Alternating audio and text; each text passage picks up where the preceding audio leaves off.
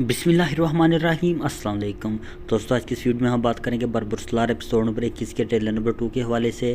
آج کے ہمارے موضوعات کچھ یوں رہیں گے: کیا انطوان کی موت ہوگی؟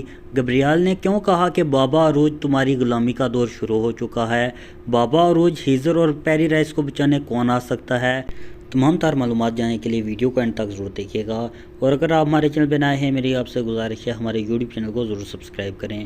موجود ناظرین اکرام، ایپیسوڈ نمبر 20 کے حوالے سے ہمارا تجزیہ شاندار رہا، اس کے لیے ہماری ویڈیو کو لائک تو بنتا ہے، جبکہ ایپیسوڈ نمبر 21 بہت ہی شاندار ہی، جیسے کہ ایپیسوڈ نمبر 22 کے ٹریلر میں ہم نے دیکھا انطوان اور بابا عروج کو گبرائیل اپنا قیدی بنا لیتا ہے۔ یہ دوسرے تمام کمانڈروں کی طرح نہیں ہے، یہ بہت مختلف ہے اور بہت ہی خطرناک ہے۔ اس کے علاوہ اگر بات کریں انطوان کی موت کی، تو ذرائع کے مطابق انطوان کی موت آنے والے ایپیسوڈ میں ممکن ہے، پر میرے تجزیے کے مطابق اب بھی انطوان کی موت نہیں ہونی چاہیے۔ کیا انطوان کی موت ہونی چاہیے؟ کومنٹ سیکشن میں ضرور بتائیے گا۔